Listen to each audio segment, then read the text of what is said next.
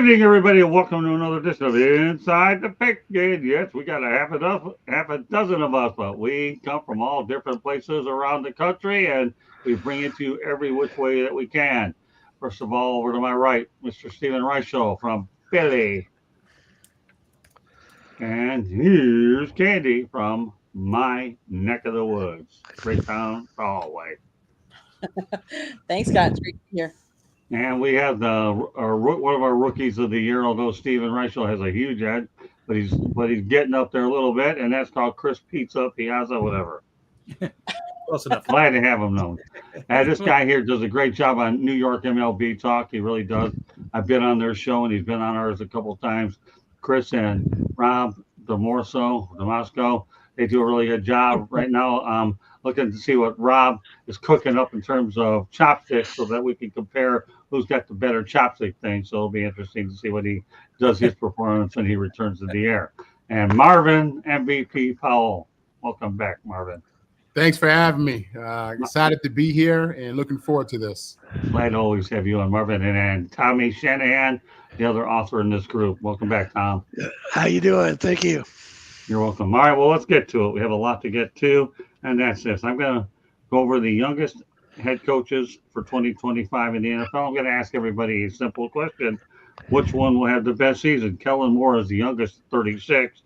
Mike McDonald didn't have a farm. I had to use a little CRISPR in here. Okay. He is at 37. Seattle. And then you have Ben Johnson. We know he's with the Bears at 38.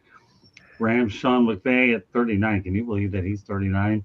Liam Cohn, 39 as well, of the Jaguars. Kevin O'Connell of the Vikings, who is 39. Then you have Shane Steichen, 39 of the Colts. D'Amico Ryan, 40 of the Texans. Brian Callahan, 40 of the Titans. And Zach Taylor, the senior citizen of the group, at 41 with the Bengals. All right, Stephen, right to left. Who's going to have the best season? I mean, we still haven't figured this thing out. You don't know what's going to happen, who's going to make each team. I will say this. I think that Kellen Moore's probably going to have the roughest go of it because they don't have anything at quarterback right now. And Indianapolis, you don't know what's going to happen over there. Is it, is Anthony Richardson's shoulder going to be good? Are we going to get are we going to get some of the backup being able to fill in and do some things over there? Minnesota, you don't know what you're going to get out of J.J. McCarthy. Is there going to be a trade there to bring in a veteran to help him along? So you have a whole lot of question marks with some of them young guys there. It all depends on the team that makes it on the field, I guess. I mean, you're Peyton me in the corner. Minnesota made the playoffs last year. Got obviously different quarterback, but defense typically keeps you in ball games. If your offense is able to put points on the board, you have a good chance. So I guess maybe I would say the guy down there in Minnesota. I mean, flip a coin. There's not a whole lot of options right there, in my opinion. You're going with Minnesota, like you and O'Connell, correct? I am painting you in the corner like you did with me today when you couldn't read my writing. Yes, I'm doing it. I'll call you out on that all day, brother. There's other you will. No, you won't. Not anymore. I have a new way of doing it. You're never going to call me out on it all day because you're never going to get the picture anymore. I'll just do what you told me to do so I can call you out like this. Yeah, I mean, I've been called out about my membership forever, so you're only the latest of zillions of people that have done it. Just kidding with you, SR, but really, no, nobody's ever called me out on my penmanship. No, I'm actually learning how to do this. Like Candy said, it's a new toy for me. When I learn new toys, I play with my toys. All right, great stuff. But you definitely provided the peer pressure for you to learn this new toy. That's for sure. All right, Candy. I'm painting you in the corner now. Which one of this group is going to have the best season? I think it could be Ben Johnson. Okay. All right, fair enough. It could be. I mean, it'll remain to be seen. Obviously, that's why they're going to be playing the games. But I think Chicago has enough weapons and has maybe not the best quarterback, but and they play in a tough division. So I think that makes a difference, and that's going to make it tough. But I think you could have possibly the best out of them. What about you, Chris? Oh, I'm up. Yeah, you're up. I think it's listen. I think it's between O'Connell and No, I think you it's, need one. I don't care about between. I want one. all right. That's If I easy had to way pick do one, it. listen. A lot of these guys have question marks. Did you mention McVay? Because McVay's only 39, right? Yeah, he I got did. McVay in there. Mhm. All right. Listen, if McVay's in there, I'm going to take him because to me, he's got number one, the best proven record behind him, and he's also got the best team. I mean, the Rams are right behind the Eagles as probably the best team in the NFC, right? So I'm going to go with McVay. What about you, Marvin? Yeah, for me, the question really is who has the best quarterback? Because this is Right. a quarterback-driven league. So when I look at the top 5 or 6, or the top 5 or 6 youngest coaches, for me, it's Ben Johnson because he has Caleb Williams, and this is a guy who a year ago they said was in the mold of Andrew Luck and John Elway, and I believe that. I saw every single game of his in college. I saw the majority of his rookie season, and this guy with coaching, with leadership, with the real offense, with players around him, offense, defense. The Chicago Bears are going to be the surprise team of the year, I believe, in the NFC. I believe that, and I think Ben Johnson's leading that. What about you, Tom? Well, I would say Ben Johnson too, based on his track record. But I thought I've been reading some stories that Caleb Williams is struggling in training camp. But I'm wrong. And then was his confidence damaged last year by all the problems on that team? So like Marvin said, who's got the quarterback? O'Connell would be a good choice, but they've switched quarterbacks. I don't have really, but they say McCarthy doesn't have any touch. That they're having problems with him too. So I think I think that's up in the air. I don't think it's hard to say. Well, but I need you to say one. Pick one. I'll go with the underdog, Kellen Moore. All right, well, I'm going to go D'Amico Ryans. I liked him at Houston. I really do. Yeah, he's a good one. I wasn't sure if he was on the list. Yeah, he is on the list. Okay. D'Amico Ryans. Okay, onward we go. Wake Forest Dave Clawson had enough. He didn't obviously, it almost feels like he almost seemed like he retired and he was tapped out, tried to embrace it, but couldn't do it. Didn't want to do it anymore. So, Stephen, your thoughts? You think that obviously it looks like he got burned out, didn't he? Dave Clawson of Wake Forest.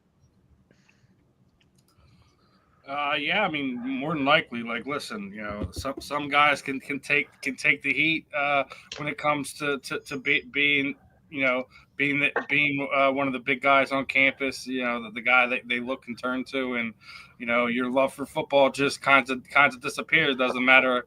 What talent you bring, what you bring to a team to make them better. You can just mentally check out, and it looks like that's what's happening here. Candy? So I think it's more about how the landscape of college athletics has changed. He said he didn't want to do this. In his perfect world, he'd be having this press conference in 3 or 4 years. But I just looked at kind of where the industry is right now, and I just felt like it was time. He says if you can't do something successfully, it's not fair to the players or the institution if you're doing something that your whole heart and soul isn't into. So, yeah, is he burned out? Does he need a change?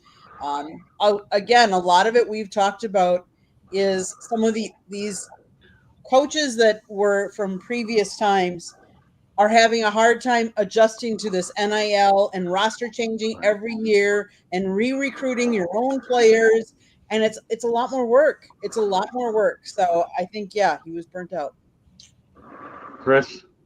Yeah, I'm with Candy. I think exactly what she said. I think, with how the new system is going with the nil money and all that, it's tough. It's got to be tough with football more than I think any other sport, right? To have a different team every year. Sometimes it takes a year just to come together and gel together as a team. So, and when you look at his record, his last 2 seasons, right? He's 4-8 after. In 2022, the guy went to the bowl. He won a bowl game. He had a pretty good season. So I don't think he could kind of fit into this new college football right now. So it's tough. I don't know. I don't know how it's going to change. It's got to change. There's got to be some sort of system that keeps these kids together for more than a year. But right now, I mean, it's just nuts. So Marvin? Yeah, this is a football traditionalist who had a tough time in this new NIL era. And it's a situation where Wake Forest, doesn't seem to be one of those schools that can compete, like the USCs and the Notre Dames and the Texas Techs and the Miamis. And, in a sport where it's a meritocracy and you're trying to win this championship, it's tough going into the season knowing that you don't have the dollars to compete for the championship. You just don't, and that hurts. And you spend so much time recruiting these kids just for North Carolina to come in and throwing 50 grand, and now you just lost a kid that you've been recruiting for 3 years, and you don't have the money to go back to go get that kind of kid again. So it's hard. And, this is arguably the greatest coach in Wake Forest history. On 2 different occasions, had them in the top 10 for the first time ever in the program's history. And, it's unfortunate that the game has lost him, that Wake Forest has lost him. But, yeah, this is an NIL casualty for sure. Well, Tom, you work in the ACC. You're more closer to the situation than I am. Yeah, Wake Forest is a developmental program. He was developing guys and having success with them, and then the landscape changed, and these guys were leaving for other schools for more money. And he just got tired of it. Some coaches can adapt and change to the times, and some coaches don't want to. And he decided he didn't want to continue to play this game. So it's that simple.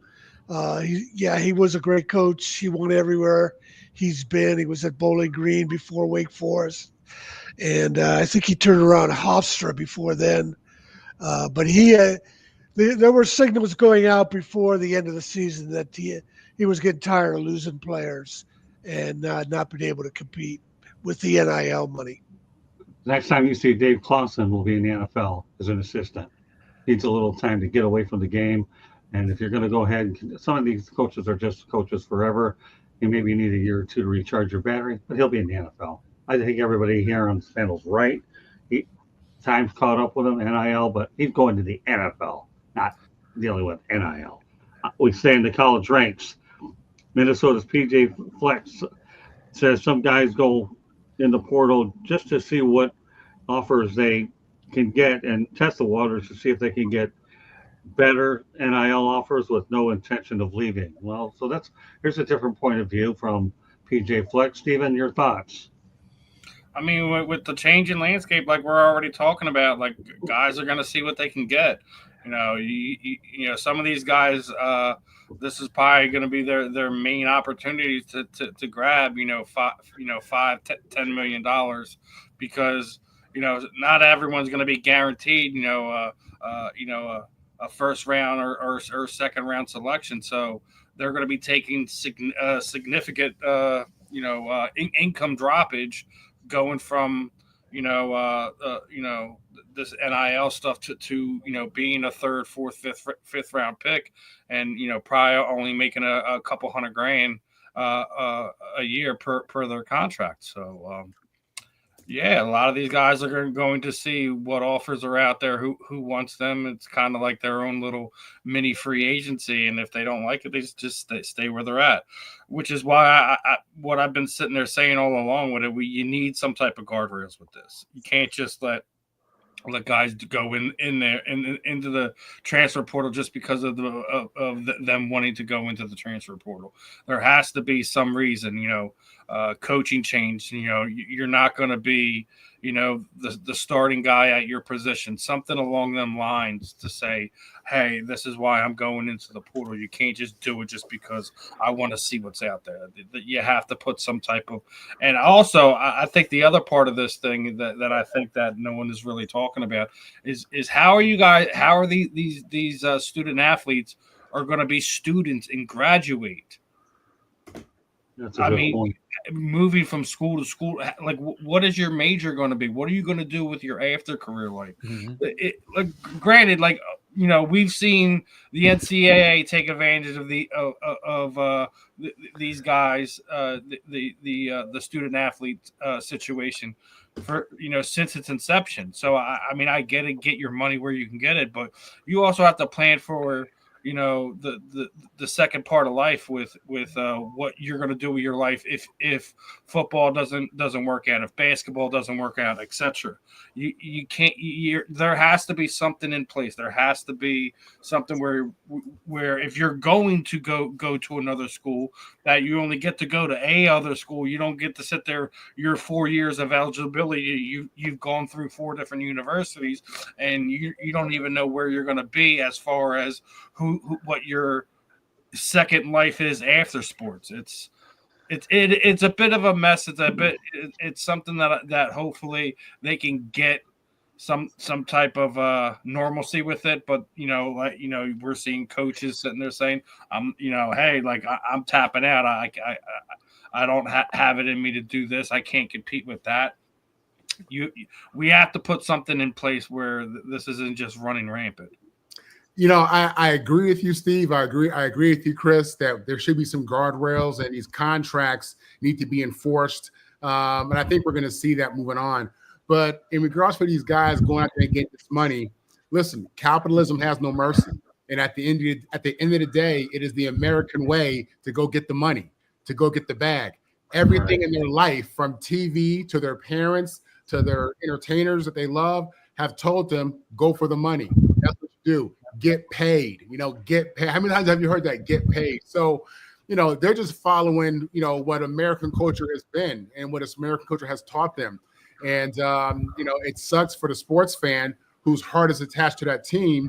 But at the end of the day, what we found out, what the Supreme Court said, is that college football is a business. And these football players are top employees. These guys at these top schools are the top of the elite employees.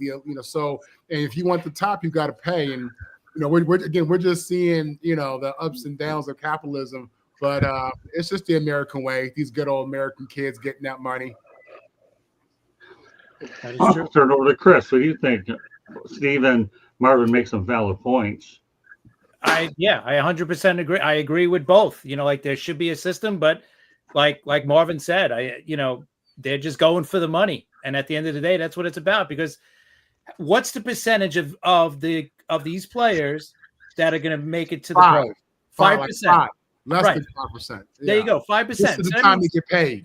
Yeah, so 95% of the guys, the kids, are just looking to get paid, right? Because they're not going to be on some football team making a couple of $1 million, right? So 95% is not making it to the NFL. So that tells you everything. What maybe a general payment for everybody, I don't know if that could work. So this way they don't have to go to, a kid from, Oregon is going to say, okay, USC is going to pay me X amount more. Maybe if they just have a blanket amount of money that everybody gets somehow. I don't know. The real issue is the transfer portal. That's the real issue. Exactly. The ability to come maybe in and limit out. it. The contracts need to be enforced because they haven't been enforced. So once we enforce the contracts and these kids understand that, hey, if you take a signing bonus and then you want to go to another school in 6 months, you got to pay that back, or that school has to pay that back. That's what's coming next, as it should. You know what I mean? Yeah. The real issue is, so it shouldn't be kids being bought out of the transfer portal. If you're going to buy them out of high school and develop them and let them have a chance to get a degree and everything else that's relevant here, Yeah. So. Yeah, those are excellent points. And when I look into the words of what PJ is saying, is it's one thing to test the waters to see if you can get a better NIL offer with no intention of leaving. But these guys have an intention of leaving if they could go ahead and get what they want. And more importantly, going back to what Steven just mentioned, that what about the degree? Once upon a time, people went to college to get a degree, and the word degree sometimes comes up much, much different in this day and age than it ever has.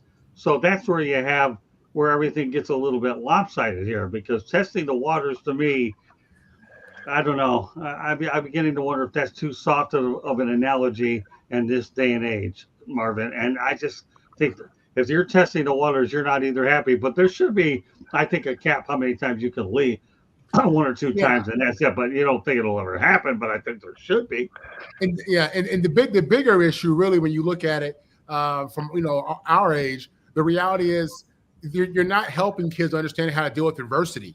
You're not helping these young men understand how to maneuver through hard times. Exactly.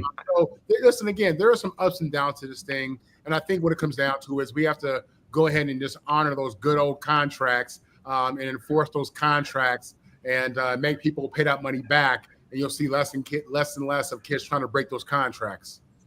Exactly. All right, Tommy. Yeah, for a while. It's the wild, wild west. Why don't we just go back to the old rules almost? No, but there's just so many unintended consequences. Who knows where it's going to settle? I mean, you're talking about kids going to school, transferring and not putting any thought into their credits.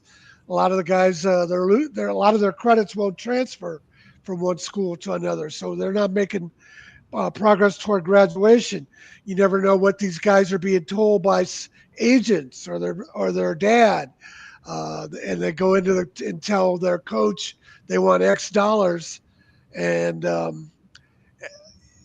it's just too topsy-turvy for any of us to know what's going on, or else we would have more guardrails in place. Nobody's figured it out yet, and I don't know where the dust is going to settle. So far, fan interest is still there. We'll see what happens. I can't even tell you half the guys on my own team anymore, let alone who's coming to play against us. And to me, that diminishes a lot of interest in the sport. Amazingly enough, how you say that, I don't even think about anything until I get to media day, and then when I get to opening day, then I have a scorecard. Otherwise, I don't even care who's on the team unless I know who they are and I'm talking to them. And that's about a good point, though, Tommy. Well, the other thing that's crazy is at the simplest level is they'll say that some guy, an offensive lineman's getting $40,000, which is nothing in the grand scheme of these quarterbacks getting millions. Right. But I stop and think about it. If I had $40,000 when I was in college, I wouldn't know what to do with it. I'd feel like a millionaire. Hey, nothing against Steak and Shake, but I wouldn't be eating there. That's where I ended up spending a lot of my time, was at Steak and Shake and some of those other fast food places located on Fowler Avenue out in Tampa at University of South Florida. All right, Candy, you get the last word on this one. I think it's interesting times that we're in, because let's face it, most of these kids, even once they graduate, they are saying that they are going to change their career 4 or 5 times, not just their job, not just the company, but what they're doing. So does the degree, that kind of diminishes the degree, because the degree doesn't matter as much because you're not going to stay in that field. Like, I remember back when I went to school, and Scott, you went to school, and we've stayed in our careers for the length of our time, but not many kids do that. So I have a feeling what this will do, and I could be wrong, is that a lot of these players will get a more of a general, or should I say easy degree, as opposed to a real hard, difficult degree, unless they're really driven in one area and think they're going to stay in one area. I don't know that we'll see those like the accounting degrees and the ones that are really hard. I could be wrong, but that's just kind of my mindset, is that they might take the easy way because those credits might transfer and it might be able to get them out earlier into a career and making money. And let's face it, once you've made $4 or $5 million a couple years, what do you want to do after that? Like, what does that look like? Like, I'm not going to come out of school and go to a real low-paying job, am I? So I don't know what that'll look like. It just is very interesting times. That's what I'm going to say. Well, Katie, I'm asking about testing the waters, okay? That's what we're talking about in this whole thing. Are guys testing the waters just to get a better deal, or are they going to really, truly stick? That was the main gist of the question. They're going to test. Who doesn't test the waters once in a while to see what best deal they can get best for them now, especially in a sport where you can get injured and and you're going to test it as much as you possibly can to make the most that you can, as long as there isn't the enforcement of the contracts. I'm going to test and make as much money as I can now, because it's going to get so much harder later to do it. Fair enough. Okay. All right. Well, I have an FYI I'm going to stick in here because I knew we had these top 3 topics and they were going to be definitely a little bit longer than some of the ones that are upcoming. Get this. The Jacksonville Jaguars are the only team in the NFL to have never had a game end in a tie. Their all-time record is 202, 282, and 0. How do you like that one, Steven? No. It's not surprising they're one of the more fairly recent expansion teams. So the fact that you only have about like 20 years worth of games out of them, where some of these teams have been here multiple different generations. So yeah, it's not that surprising. I still laugh at the fact Donovan McNabb didn't know an NFL game can never end in a tie when we had that tie against the Bengals when he was here. So there's other expansion teams that have gotten the Jaguars, haven't Candy? So just to put a little tie on it, Stephen, the Jaguars have been around for 31 years, so they're not quite as new as you would think, right? But newer than a lot of like the older. I will give you that. Yeah. 31 years, Stephen. 31. I was off by a year. Gosh. Oh, you're off like 11. 10. Did you 11. Say 20? 11? There you go. 11. Right there. You're in the ballpark. I got a needle steal once in a while, especially on this one. I mean, is it surprising that they've never ended in a tie? Sure. I guess. I mean, I don't know. I guess I'd be interested to see some of the ones that have long time, how many ties they've actually had either, though. So, I don't know. Yeah, it's cool. All right, Chris, what do you know? Yeah, 31 years with no ties. It's not a big shock, I guess. But you would think they would have come across a tie. They would have bumped into one at some point in 31 years. I'm sure. Here's the other question. Has every team in the past 31 years had a tie other than the Jaguars? That would be a good question to ask. But it wouldn't shock me if, all of them had one, at least one. But, I mean, it's the Jaguars, right? The Jaguars, have they been really that good or that bad? They've been kind of that middle tier team for a long time. So, I don't know. They've been the more championship games than the Cowboys in the last 31 years. There you go. Now you're better, Steven. All right. Good. Okay. I'm an Eagle and a Jet fan, so I love to hear that. Well, there you go. Now I got another Eagle right up here on the crew, too. What do you think, Marvin? Well, I mean, he's a New York fan, so there's kind of things to not like about him, but he rebounds it with being an Eagles fan, so I can't give him too much crap for it. I kind of wait. There you go. See? All right. Most people hate me totally, so don't worry about it. Chris, as a Jets fan myself, let me ask you. I need to know where you stand. If the Jets play the Eagles in the Super Bowl, where are you going? Who are you going with? Man. Okay.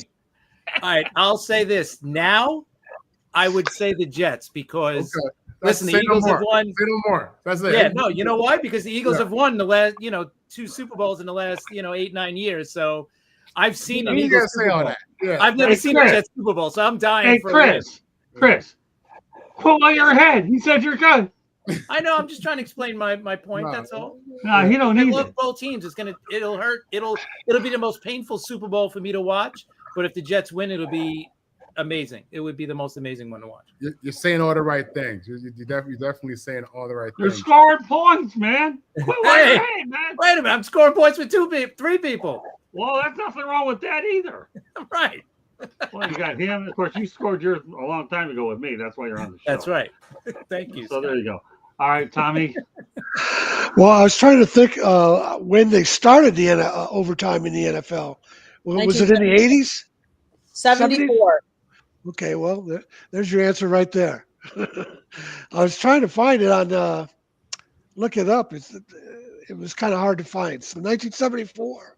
Yes. How about college? When did they start college tie and the ties? That I don't So know. yeah, I wouldn't expect an expansion franchise like Jacksonville to have any ties. I'd be surprised if Well, they did have a tie. all I can say, it's a good question and a good answer because only one team doesn't have a tie and the rest of them do. All right. Well, I'll tell you what. Scott, can I make a comment? Sure, So Sandy. I want to say since 1974, the team that has the most ties is the Bears with 42. And I want to ask you guys a trivia question. Do you guys know when was the last time that there was a tie, but the score was 0-0?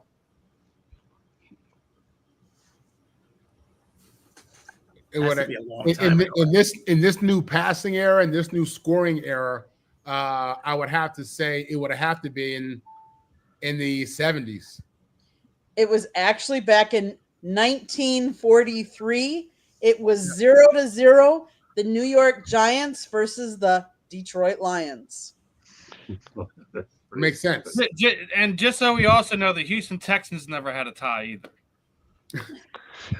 Wow. I didn't see that. But How about that one? Here. Well, they're way newer than 31 years, Stephen. All right, let's move on. Yeah, they're a little newer. Yeah, I would say so.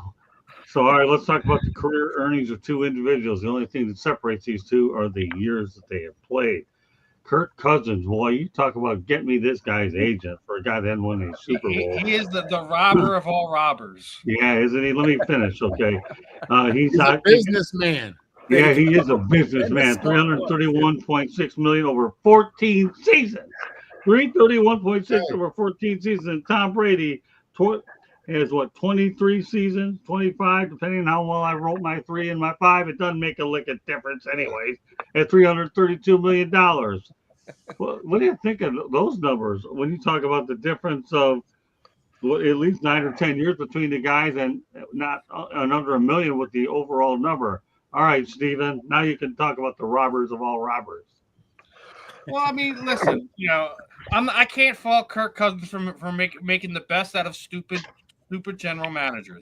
He did it. He did it in Washington. He got paid when he went to Minnesota. I don't know what the hell the Atlanta Falcons were thinking of giving him that contract when you're bringing a guy in like Michael Penix. If you're going to draft a guy like Michael Penix Jr., you don't sign a guy like Kirk Cousins. I'm still under the belief that Kirk Cousins will not be on the Atlanta Falcons roster by the end of the season. Anyone who's going to be has a quarterback go down or I still think team like Minnesota or New Orleans where he can wind up getting significant playing time on a team is where he's going to end up. But that being said, people tend to also forget that Tom Brady took less money to keep cap room to keep guys around him. So when we're making this comparison, we also have to look at that. I'm sure that I don't know off the top of my head. He's probably also restructured his contract a few times to make sure that guys go on there. I know Ken's going to look that up right about now. So I think the earnings thing just isn't a proper gauge on these things, especially when we're looking at it now. Like, I mean, we're having discussions where potentially there's going to be a whole separate salary cap for the quarterback position on the team roster just because of the inflation you're seeing in the fact that Brock Purdy's a top 10 quarterback in this league, and and Jalen Hurts is outside of that, considering when he had his contract, what was it 3 years ago when they re-upped Jalen Hurts, is that he was a top 5 paid player in the league, and within that time, 4 other guys come in there and knock him out of the top 10. Does that mean that Trevor Lawrence is a more valuable option than him? Probably not, but it's just what the pay scale is of the position. So I don't think the career earnings is something to kind of look at. I mean, it's if you're Kirk Cousins' kid or you're Tom Brady's kid, yeah, it's something to look at. That's what my inheritance is going to look like. We want to make Right. spend too much over the next 30 years. So I mean, other than that, I mean, listen, when you're in these situations, I think the only thing is Kirk probably hasn't lived up to those contracts. While you could make the argument for Tom's body of work that he probably was undervalued in that situation. But like I said, he's also made sure that, guys got brought in. I think there was also situations he restructured his contract to make sure they can bring in a guy like a Randy Moss to potentially make them better, make them Super Bowl, contender teams. So, well, Stephen, the bottom line is, Stephen, you're right in a lot of ways. Number one, we know Tom Brady restructured his contract. Why do you think the guy's got 7 Super Bowls? Why do you think Kirk Cousins has the best agent on the planet outside of Bobby Bonilla? Because he's got a heck of an agent and he doesn't care about the franchise tag at all. He really doesn't care. He's made a lot of money and hasn't won anything. And and tell you what, not bad. He would carry clipboard whether he's there later on. So, Stephen, you're right on a lot of points. So Candy, what can you decipher out of all of this? Kirk Cousins' playoff record is 1-4. Tom Brady is 35-13. I mean, for all of what Steven said, especially the restructuring. The other thing is Tom made his money how many years ago, as opposed to Kirk. The cost of living has gone way up. Like, salaries in general have gone up, and quarterbacks have exponentially gone up, especially in the last couple of years. So is it surprising? Yes, it's a little surprising. I mean, because we're talking about Kirk versus Tom, who most people would say is the GOAT. But it's different eras, and I wonder if you took his salaries and turned them into today's dollar, what that would look like and how much that would be. But Tom was less like about himself and more about the team and wanting to win the championships. Kirk Cousins isn't on a team to do that. Sorry, he just isn't. Well, I like the records, and we'll leave it at that. 1-4 versus Tom. Quit while you're ahead there. Okay, we have 3 other people that have opinions. You guys have been fantastic with your first 2. What do you got, Mr. Piazza? Listen, being a Jet fan, I'm getting sick in my stomach right now hearing Tom Brady's name and, oh, he's so great, blah, blah. I've been hearing about this my whole life. I'm tired of it. You know who's the top paid quarterback annually? Not for a total contract, but annually. Who's got the highest salary? Dak Prescott. Yeah, Dak Prescott. $60 million. Let that one go down pretty easy. Dak Prescott is the highest paid quarterback. $60 million. He's got what? 2 playoff wins? Yeah, that's insane. 10 years. It's crazy. But like Andy said, everything has gone up since then, especially quarterback prices, right? And they're just going to keep going up. Whoever's going to be the free agent next year, top guy, he's going to get top money too. So it's going to keep going and going and going until I think the guy we just named is going to be the free agent that's going to be in the market. I think it's going to be Dak Prescott. Oh, God. And you know what? His contract's up. Come on. Someone's going to give him money, right? I mean, the Browns will probably sign him, right? Whoever, but. Don't wish that upon Cleveland, man. Come on. Well, they do it to themselves, right? That whole Deshaun Watson thing was a disaster. They want to be in the Arch Main. They just signed Sador, so who knows? All right. Good luck. Good luck to them. All right, Marvin, how are you going to decipher all of this? It's simple. Kirk Cousins is a hitman for hire. He went to the teams that were desperate and, that needed a quarterback, and he always showed enough promise to maybe get you there and maybe get over the hump. And timing was right for him. And Tom Brady was more of the, he wanted to stay home, join the gang, and make them better. Tom Brady wanted to dig into his organization. He trusted his front office to the point where he gave the money up. Gave them team-friendly deals, but in exchange, he got 6 championships for that. So it's crazy. It's bonkers to think that Cousins has 1 playoff win, yet and he's played 10 less years than Brady, but he's made $6 million more than Brady. It doesn't make sense, when you think about it like that, right? But good for him. Good. It's great that the game offers these kind of opportunities for the players. And Kirk Cousins just, rolled the dice at the right time, business-wise, and it's paid off for him.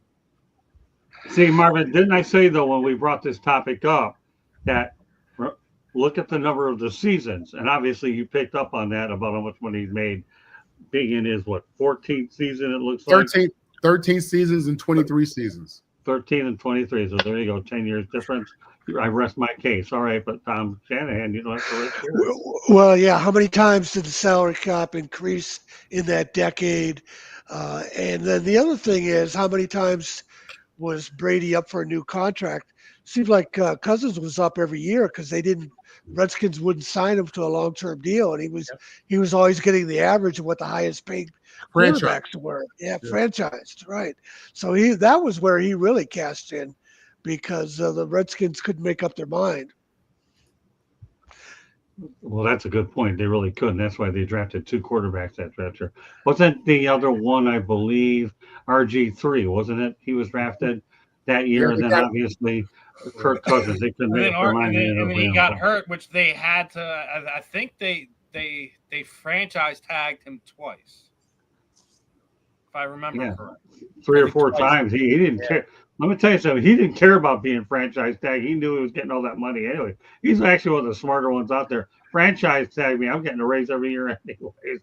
So, and luckily he didn't get hurt, so it worked out for him. You can't say that for a lot of guys, but in Cousins' case, he was looking for them to do it. So great points all the way around. Yeah, I'm glad you brought that one up, Tommy. All right. Well, obviously we titled the show College Football National Championship of Super Bowl. So let's clarify what that means in terms of why we titled it this way. If you can watch one the rest of your life, which one would you watch? And I'm going to go by viewership, not buying a ticket, okay? That because a lot of times people can look at this in a much different way. But the average viewership for the College Football Playoff National Championship was 22 million versus 127 million for the 2025 Super Bowl. So I know this is a far-fetched question, but it certainly was an intriguing one. So Tommy, since you're the college guy, which one would you choose of the two? I hope we cover it this year. We're hoping to do it. Yeah, well, the Super Bowl, as you remember, for many, many years was always a dud. So that makes me want to – and then we didn't even have a college football playoff. So that's a tough question to answer. I like college football more than the NFL, so I'll say college. What do you think, Marvin? I would go college as well. My favorite sports team of all is the USC Football Trojans. So, and I love college. I love college football, period. I love, growing up, I love many programs. So without question for me, if I had to choose one, give me the kids. Okay. No, I like both those answers. That's why we brought this topic up, because I wasn't looking for 6 people to get one right. And you guys are obviously indicated why we brought this topic on. Thanks. All right. What do you think, Chris? I'm going to pros, man. Listen, I love watching college football. I'm a Michigan guy, but you know what? There's nothing like the Super Bowl. So I'm going to take the Super Bowl. What about you, Candy? I'm going to take the Super Bowl with Chris. I mean, I love college football too, but there's something to be said about the Super Bowl and everything that goes with it. Okay. What about you, Steven? I'm the same way. Love the kids, love the college game, but there's no party like a Super Bowl party, man. As much as college football playoffs have changed and they're gone away from the bowl games and things like that, you still have the bowl games, but they're not specific to certain things. I still think the pro game just has a special quality to it that you can't match. People throw away part of their retirement savings just to go to a Super Bowl in their home state, etc. So I'm definitely going to go with Super Bowl over the college football championship. See, I've covered 5 Super Bowls, 10 to 4 games. I'm finding that the last time I went over to New Orleans, I enjoyed everything around the games. I didn't care about going to the game after a while because of all the hustle and bustle. It's all Marvin, you ought to know, if anybody else, all the connections and the contacts you can make at these places is just unbelievable. It really is. And that's what I find. And what we were able to do in terms of content was just surreal. But I would say the Super Bowl, I'll tell you one thing, though, my attitude could change when Candy and I apply for the college football playoff this year because it is being held in Miami. So you never know. I haven't seen that one yet. I certainly am looking forward to trying to do it. All right. You know what, Steven, here's a question in the chat room. Cyberuski obviously is involved here. I need to. The update is y'all ain't doing enough. Stop asking every week if you haven't done anything to contribute to the actual thing. All right, get that. Telling you guys. The other thing he's not getting to the Super Bowl. We have to get Cyberuski drug tested immediately, making silly statements. Yeah, come on.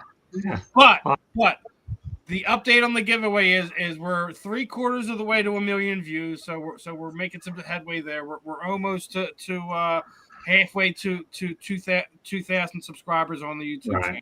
You want to update? Go look for yourself. Go look at the numbers yourself. It's not that hard. Share the content. Get more people to subscribe. We'll get to the giveaway faster. Obviously, like I said, the third part of that is the listeners in the chat room is going to be that are the most active chat members are going to win an additional prize on top of when we hit those 2 milestones. Those 2 milestones is going to what prompts us to start the giveaway. I don't know what other explanations I need to have other than listen, I like it when you talk to these guys. We're going to win is being the hot garbage team of the year. They find their ways to find themselves in this mess all the time. And all I want to say as an Eagles fan, and a lover of football, I hope all the medical doctors that are coming through with the breakthroughs in extending life gives Jerry Jones all the treatment they can. He must stay around for another. I say that every day. Let's go. Jerry needs to be the oldest human being ever. Wait. Don't steal my thunder. We got some Jones stuff coming up. I got plenty for Jerry. Don't worry. I know you all the time. Long live Jerry Jones. I always got plenty for Jerry Jones. But this guy's attempting. Cyberuski is attempting. I said attempting. It's spelled ATTEMPTING to talk football because he doesn't know much about it anyway. He is trying, and that's as far as I can go. I can't say anymore. I suppose it's going to be. I'm going to be seeing the throat specialist next week, so I got to save these words. Well, then again, it won't make any difference. I got plenty of people that can go out there, and if I have to talk softer, I'll be on these shows one way or the other. Make it look at difference. You won't know me if I have to talk softer because I had 2 nodules on my vocal cords that are neighbors, and we'll leave it at that. All right. Well, with that said, we'll go on to an easier question. Marvin, did you get any of that? If you did, you did. If you didn't. Because I'll always be the Motor City Mad Mouth, and you know how much I love you anyway, Marvin. Don't make any difference. I talk faster than I think, and if I get any caffeine, then I'm worse than an IndyCar. So I believe it. I believe it. I'm sure you do. All right, great stuff, Marvin. So, anyways, how much? So, I have a question for you guys. How will Mac Jones do under Kyle Shanahan? Okay, well, I'm going to ask a Mr. Shanahan to talk about Kyle Shanahan. I'm going to go back to the same word I did. He's going to work wonders with him, like he does with every quarterback he has. Okay, fair enough. Anything else? He'll play above his talent level. Okay. All right, Marvin. Listen, I'm a Mac Jones fan. I liked him in Alabama. Obviously he showed some flashes early in his career. I think he was a Pro Bowl player in year 1 or year 2. But I think this is a guy who, in the right setting, with the right coaching, can be successful. I really believe that. And I think if there's any type of competition energy out there, I think over the course of the season, if you see Brock Purdy not look good, I think Mac Jones is a real option for the Niners. I really believe that. So we'll see. What about you, Chris? I think, listen, it could only help the guy, right? After the last couple of years, it could only help him. I think it's a great situation to be in. I'm sure the 49ers don't want to see him play because they'd rather have Purdy play every game. But I don't know. I think it's going to help him. What I would hope for his sake, that it helps him enough that he could come in on a game or two, show what he's, show the improvement that he has, and maybe, another team sees that and signs him and, maybe he could become a starter again at some point. But right now it's not looking good. But I think he went to it's either here or Minnesota with O'Connell was probably the two best spots you could go to as a backup quarterback and try to learn and to try to, better yourself. And I think it's a great situation for him because he doesn't have to be thrown into the wolves and start right away, unless Purdy gets hurt, not saying knock on wood for them, but yeah, hopefully he could just sit back and improve, and who knows what'll happen. All right, Candy. He's a two-time college national champion, and he did get Pro Bowl in 2021. I mean, does he need more development? Obviously. Is he in the right spot? I think he's in one of the best spots for him. Hopefully, I don't know how much playing time he's going to get with Brock Purdy there, but we'll see. We'll see what happens in the future. I'm not sold on. I think it's the best spot for him, but I don't know that he's going to get a lot of playing time for it to matter. Steven? I mean, everyone's talking about getting the playing time. That's not necessarily – sometimes when you're in a system that just doesn't work for you, regardless if you're talking about the team that's just not a right fit for you, the coaching staff that's not a right fit for you, sometimes you just need a full-on reset. Having a guy like Kyle to kind of help you kind of find those broken pieces of you and kind of fill you back up and get you in the right place to play football in this league moving forward isn't necessary. I don't think it's a bad spot. I don't think anyone's hoping that that Mac is going to get any significant playing time, especially if you're a 49ers fan. But a lot of times you go and sign a guy just to kind of mentor under what you have to teach him, and then be able to turn around and flip them to one of these teams that are desperate for a quarterback, and you get one of those, maybe early second day, late second day draft picks for him to kind of help your team move forward. And look at what Howie Roseman does every year. He makes a trade for a guy whose contract's expiring every year and gets comp picks for them every year. There's reasons why you sign guys and get guys like that. And, I'm not sitting there saying this is the same situation with Mac, but it's one of those things where going to a different location doesn't necessarily mean that's where you're going to flourish again in this league. Sometimes it takes you a year or two, or sometimes it doesn't happen. I mean, he's in a position with a coach that I'm sure that he believes is going to help put him back on the track that he needs to be. I think the team that we see him after this is what you're going to see if this was the place to help make a difference for him. So I think the having him there with Kyle is probably in his best interest. I'll be intriguing to see if he even does make it to the roster, or if you wind up pinching one of these teams that has an injury during the preseason and they need somebody like a Mac Jones. So, well, here's what you have here. Number one, let's look at this whole thing from its beginning. The 49ers were debating whether they wanted to take Trey Lance or Mac Jones at the time, and they opted to go with Trey Lance. Didn't make it, shipped to Dallas, and now he's with the Chargers.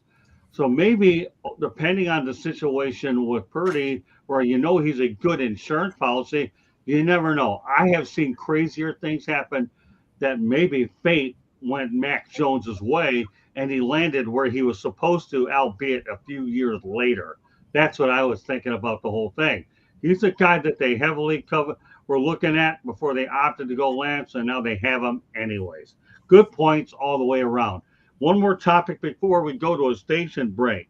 So will Marcus Davenport, who signed a one-year contract of $4.75 million with the Detroit Lions, be able to make an impact? Get this, I'm going to break his numbers down this way. $1.65 million guaranteed, $300,000 signing bonus, $1.35 million salary, $50K per game that he's active because he has injury history. As well, so there's a roster bonus there, and then 2 million sacks for playing time and incentive. So Marcus Davenport is who we're talking about. Tommy, what do you think about Marcus Davenport? I think it's a good move because they have to be worried about their pass rush. And I think it's a good move. I like it. What about you, Marvin? Yeah, I agree. You got some quarterbacks in that league, and with this guy, the biggest thing for him is going to be his availability, without question. I think he's shown tremendous ability, but I think he's missed over 20 games in the last couple of years, last 3 years, something like that. So if he can stay healthy, I think him and Aiden are formidable ends and can do very well. Yeah, that's what I like about incentive-laden deals that are brought in with money where you're for playing time. And I think You got to the go Lions get it. You got to go get that money. You got to go get it. Absolutely. And the Lions, Brad Holmes really structured the deal well enough so the Lions said, we'll give you another shot, but we have to do it this way. And the kid went along with it. So Right, Brad Holmes, I'm sorry, Marvin.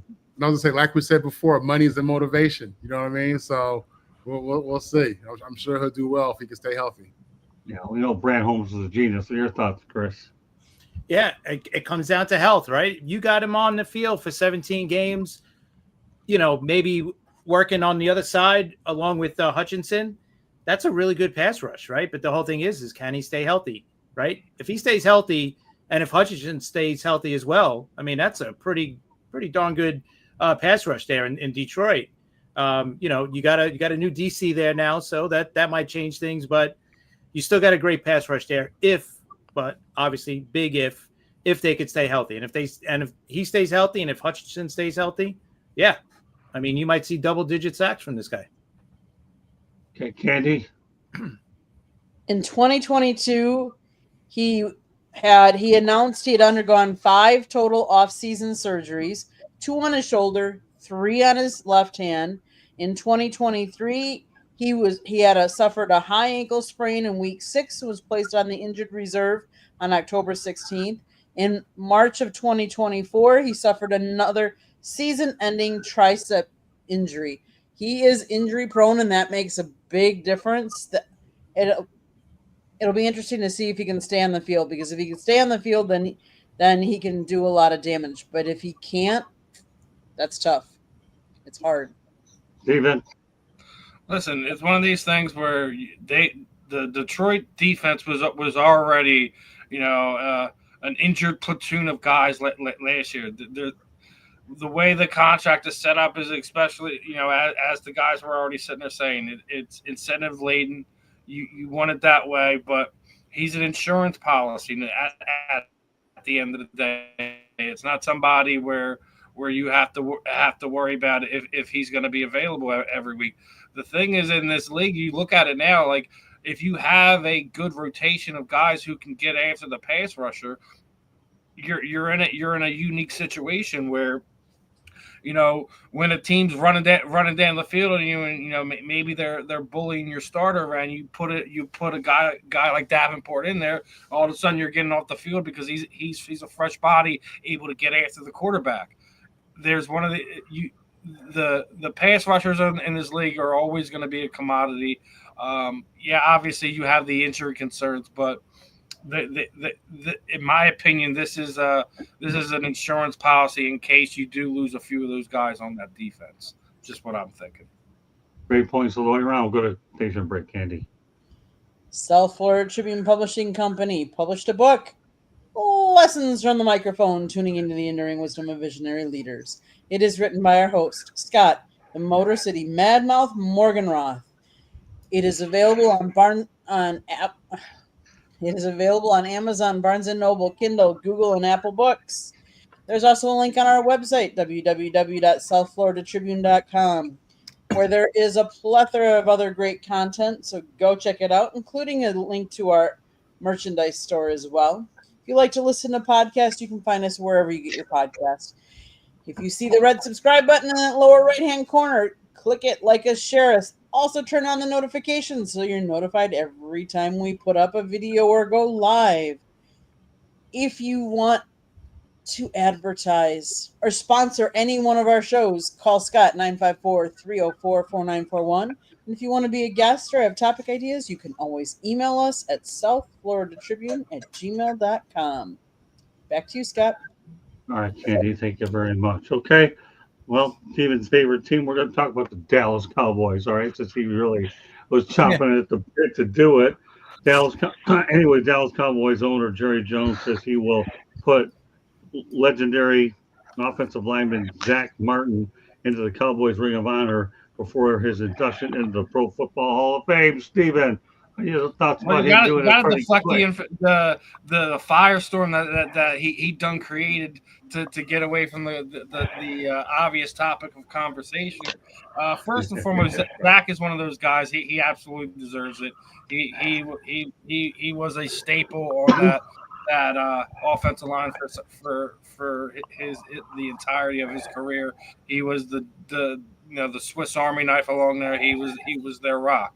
It's a shame they could never sniff a championship to make it more worthy something. He's not going to be considered, in the Nate Newtons and guys that came before him. But Zach Martin was always a guy that would give us problems here in Philadelphia and make it hard for guys like Fletcher Cox and them guys to kind of get off. So I definitely, as much as I like to hate on the Cowboys, when you see good players, you have to just tip your cap, man. And Zach's one of those guys. He was a consummate professional, one of the best at his position for many years, and hopefully he enjoys that moment getting inducted into the Ring of Honor down there in Dallas. All right, Candy.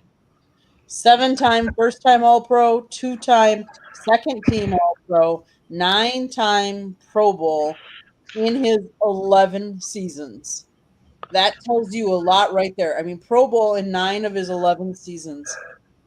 He was also the first team All-Pro would be more on my list, but I got you there, Candy.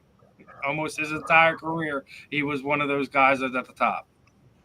He also was named the NFL 2010's All-Decade Team.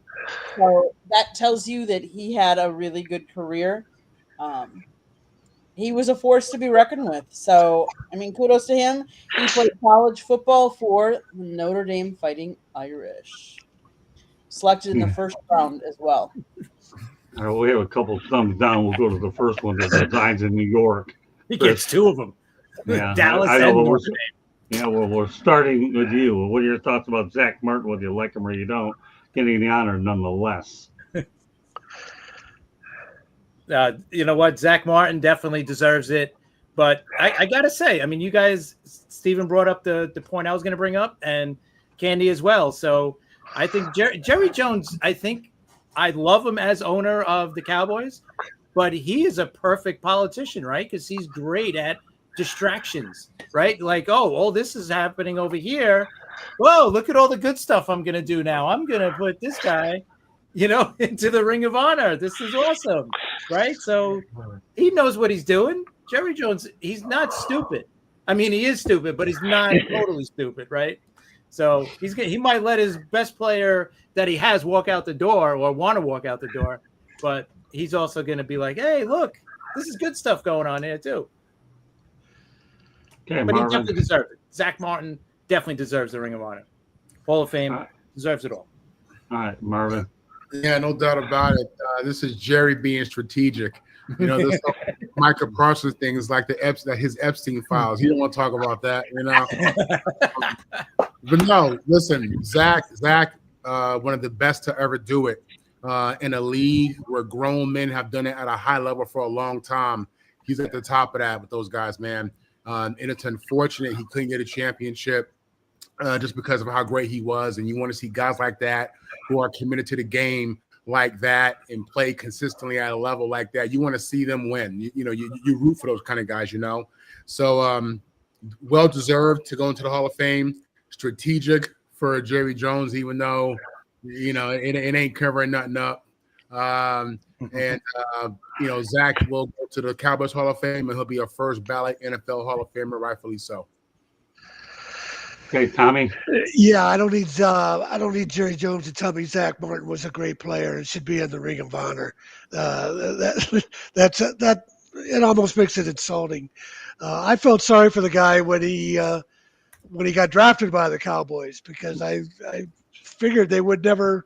He might not ever have a Super Bowl success, and he hasn't. He's a lot like his career is a lot like the I'm drawing a blank on his name, the great tackle with the Cleveland Browns, who never played on winning teams, but was an all-time great. Yeah, Joe Thomas. Pretty similar story. We didn't need the Browns owner to come out and tell us about Joe Thomas, and we don't need Jerry Jones to tell us about Zach Thomas. Well, I can actually see Zach Martin eventually becoming a coach somewhere. He's that kind of a player. I really can. Let's get out while you can still walk away and you have all your health intact. Number one, he's certainly going to get there a whole lot faster than Jimmy Johnson did, didn't he? That's because it took Jimmy Johnson forever to go ahead and get to the Ring of Honor, albeit I have a segue to this in just a moment. Okay, but I did meet Jerry Jones. I did ask him a few questions. One of the questions I asked him many years ago when I was living in Phoenix is when the Kansas City Chiefs were bickering and trying to get the Lions to lose the Thanksgiving game. He said, Scott, I'm going to tell you, Detroit, I'm trying to get my best Jerry Jones impersonation. Detroit will not lose that Thanksgiving game. I will make sure of that. Dallas and Detroit wanted it, and they will not lose. Because I'm telling you, if you go to Detroit, everybody knows how big the Thanksgiving is. God, don't they both have the? Well, hold on. Let me finish, okay? All right. I know you're jumpy. You got that jet mentality. You're trying to fly over me here a little bit. No, okay? no. No, I'm kidding with you. Bad pun. All right. Anyways, but he's used to it. But anyway, so Lions had the early game. The Cowboys have the late game, which is probably what he's asking me. And then they have then you have the primetime game, which goes everywhere. It rotates. Is that where you're going there, Chris? But Jerry Jones is going to make sure they didn't lose it. All right, what were we going to ask? No, I was just going to add that Detroit, the reason why Detroit has it every year is that they were the ones that accepted it at the very beginning. They were the first team. Right, back in the 1930s, right? they ended up having it. I remember. Yeah, Tiger Stadium, Pontiac Silver. The only way they'll give it, the only way they won't have it is if they give it up, I think, right? They're never giving that up. No way. No way. Yeah, they'd be crazy. No way. Yeah, they'll give it up. They'll give it up like you give up the Macy's parade in New York. Really? Seriously? Really? Is that happen? No way. No. But now let me segue to where I'm going here. Okay. I'll tell you what. Obviously, Jones will admit he made a mistake with Jimmy Johnson. He knows that. But as I promised everybody last week on the program, Jimmy Johnson did announce his retirement from Fox, 31 years. And I had the opportunity to ask him a question about that gift that Barry Switzer got called a Super Bowl ring at the Super Bowl. Candy, fire it up. Let me share my screen. Great assistant coaches and great friends. Now, do you believe a person is entitled to their opinion? Yeah. Okay, good. Then I'm a firm believer that Barry Switzer got his championship ring gift wrapped by you to win that one, and that's just my opinion, okay? And I know you gift wrapped it. So, you built that thing from nothing. Barry and I have been close for years, and Barry comes up and he always says, when it was Jimmy's players, so I think it was also Jimmy's players too. Jimmy, what's the hardest thing about me? Well, I don't know if you got that, but the guy was pretty amused by my question, and I'll accept that. It was gift wrapped to Barry Switzer, and he didn't deserve it. And what do you think? I mean, even Troy Aikman didn't want to play for Barry Switzer. So there you have it. Jimmy Johnson announced his retirement, and he has a restaurant here, I believe, in Key Largo, and I have a Honda Odyssey. I'm waiting to get down there and hang out with Jimmy here in Southern Florida. Anybody have any thoughts about that gift wrap that Jimmy Johnson gave to Barry Switzer? I'll bet they're probably. No, I don't think it was Jimmy that gift wrapped him. Jerry's the one that hired him and was like, here's a once in a generational team. Don't screw it up. And what did Barry Switzer do after that season? He completely screwed it up. Well, he got one gift, and all he did was butt heads with everyone the entire time was there. Yeah, they were all together. Go ahead, Tom. They were all together at Arkansas. Barry Switzer was a young coach when Jones and Johnson were playing, and so that the connection was just natural that he would turn to Switzer. Switzer was out of work, and like you say, once Jimmy Johnson was gone, the franchise has gone in the tank and become a joke. It went from being a great organization with classy players to a joke. I mean, Here's the funny thing about it is like it was like the best season that Troy Aikman ever had numbers wise, but they got away from what made them great, which was the balance was running the rock with Emmett and leading on that big offensive line. When you try to change the identity of a team and try to do it your way, there's no reason for that. The only thing you want to do at that point in time, if you're being plugged into a team like that, is to kind of plug in your ideals of how the team is supposed to run in other situations. You don't want to change the whole identity of a team, which is why I think Barry Switzer ultimately failed at being a Dallas Cowboys head coach, because he just tried to put his hand in too much. Like literally, you just had to make sure the temperature stayed right. That's all you had to do. They could have won so many more championships if they didn't have that whole situation come about, but it did. And for the rest of the fans of the National Football League, it couldn't be better because it couldn't happen to a better fan base. I'll just add one thing. I agree with you guys are saying. I'm not disagreeing with it at all, but I'm going to add a little bit to this, saying that to me, one of the most underrated players on that Cowboys team was gone after that year, after the 95 season, right? It was Jay Novacek, right? I think that was his last season. Right. After that, I always thought he was that emergency, guy that they would always find. Like Aikman would always find that guy wide open. Whenever he needed somebody, boom, he was that guy. And that was after that, they never had that, that guy that they could go to. They had Hall of Famers, obviously. Emmett was still there, and Michael Irvin was still there. But Novacek was that guy that every team needs, that you could always count on, that's always going to be open. You're like, boom, okay, I know Novacek is going to be there. He's my, emergency valve, whatever you want to call him. But I always thought he was the most underrated player on that team, and he was gone after that year. So great point. Beginning of the end. All right, Marvin, what are your thoughts? I lost the subject. You were initially talking about being gift wrapped at a ring. Oh, okay, yeah, no.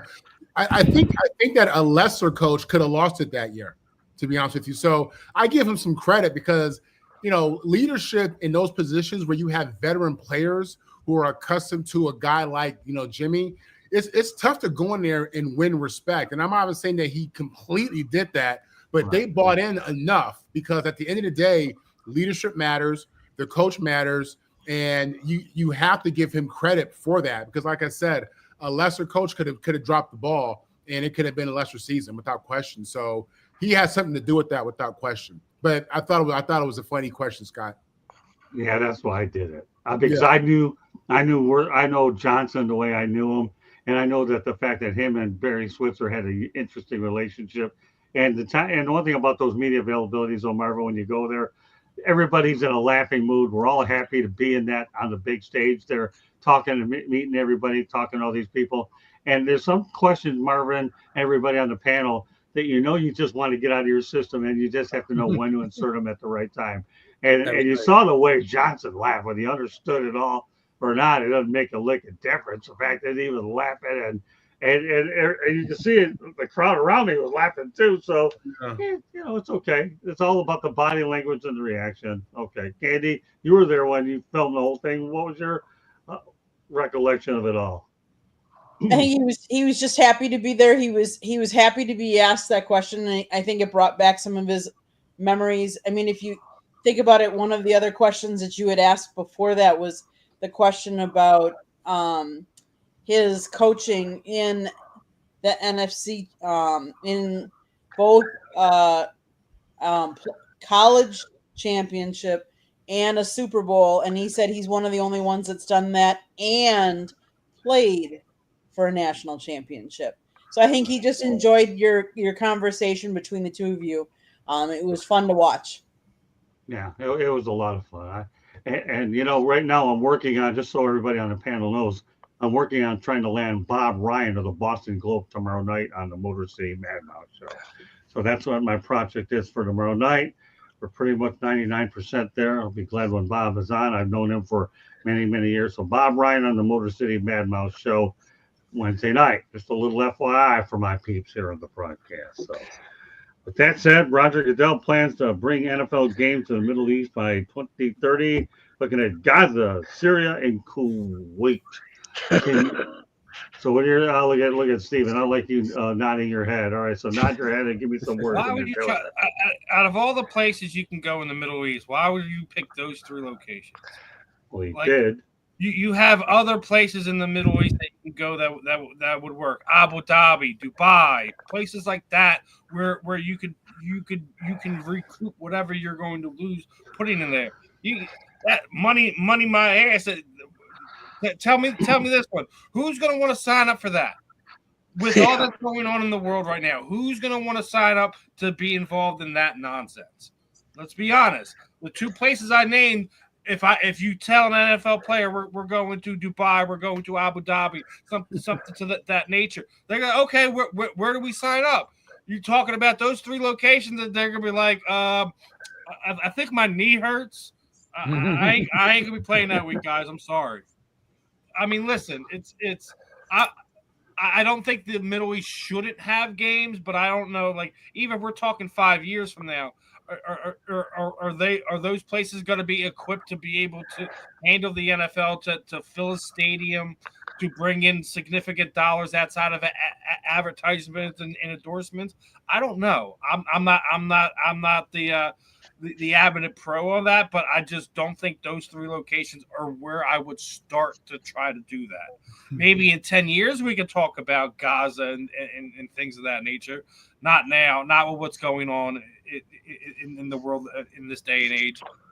I think I've given 2 better places that they can go to try to start to get that Middle Eastern market going. All right, Candy. Roger Goodell has made some really, really smart moves, really smart marketing moves going in some of the places he has. I agree with Steven. I'm not sure that this is one. I don't think this is one of his smartest moves.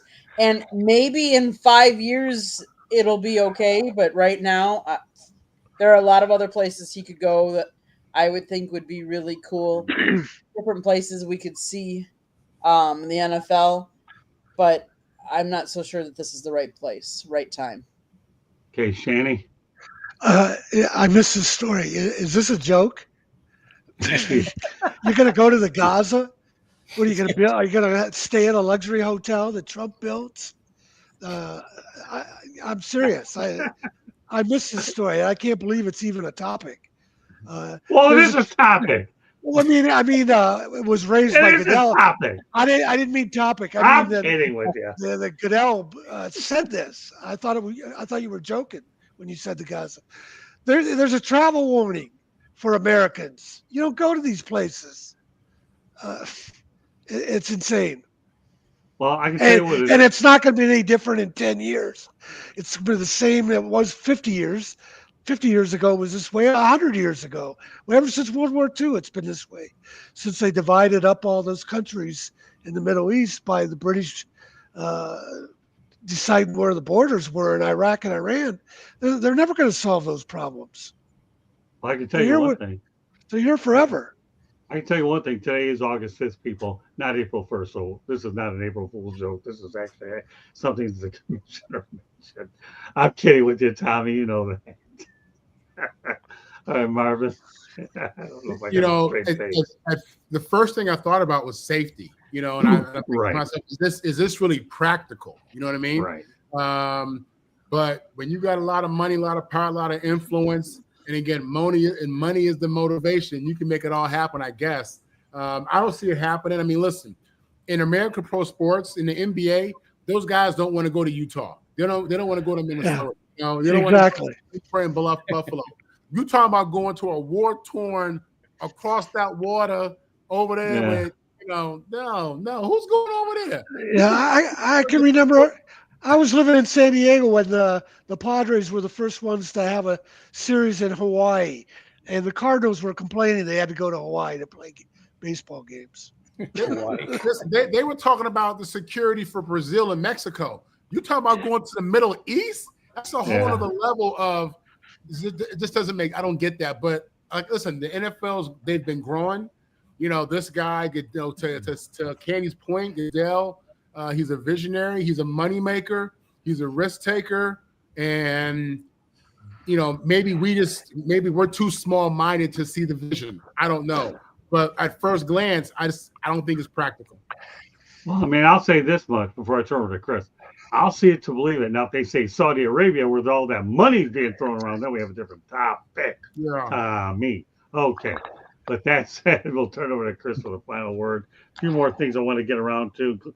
Tom Shanahan will have his own segment as well as we get ready to wrap up the show. But what are your thoughts, Chris? You know what? It comes down to money, right? It comes down to money. Obviously, safety. We know the NFL. I don't know if they really care about the players' safety so much.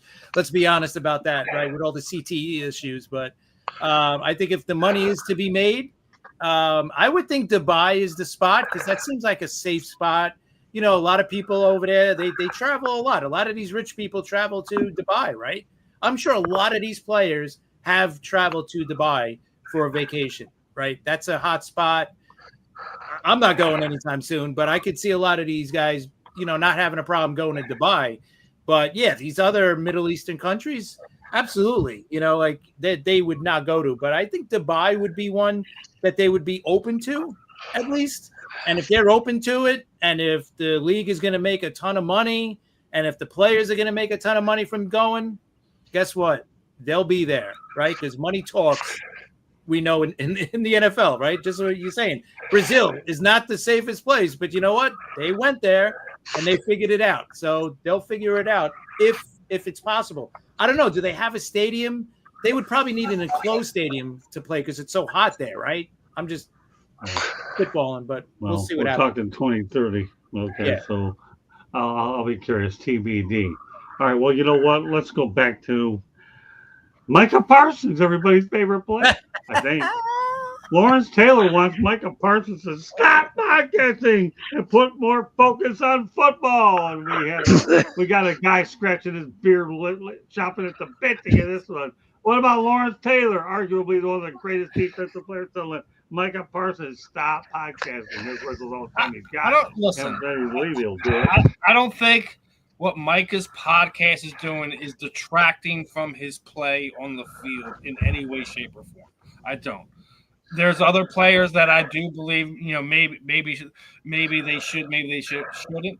But I don't think Micah's one of those guys that, he's always, when it comes to his play on the field, he always gives every inch, every ounce of energy that he has. He puts it onto what he does every Sunday. So I'm not going to sit there and let Lawrence Taylor tell him to stop enjoying his podcast and connecting with fans and people who support him and things like that. I don't think that's fair for Lawrence to say that. I mean, if he could give him advice on other things, sure.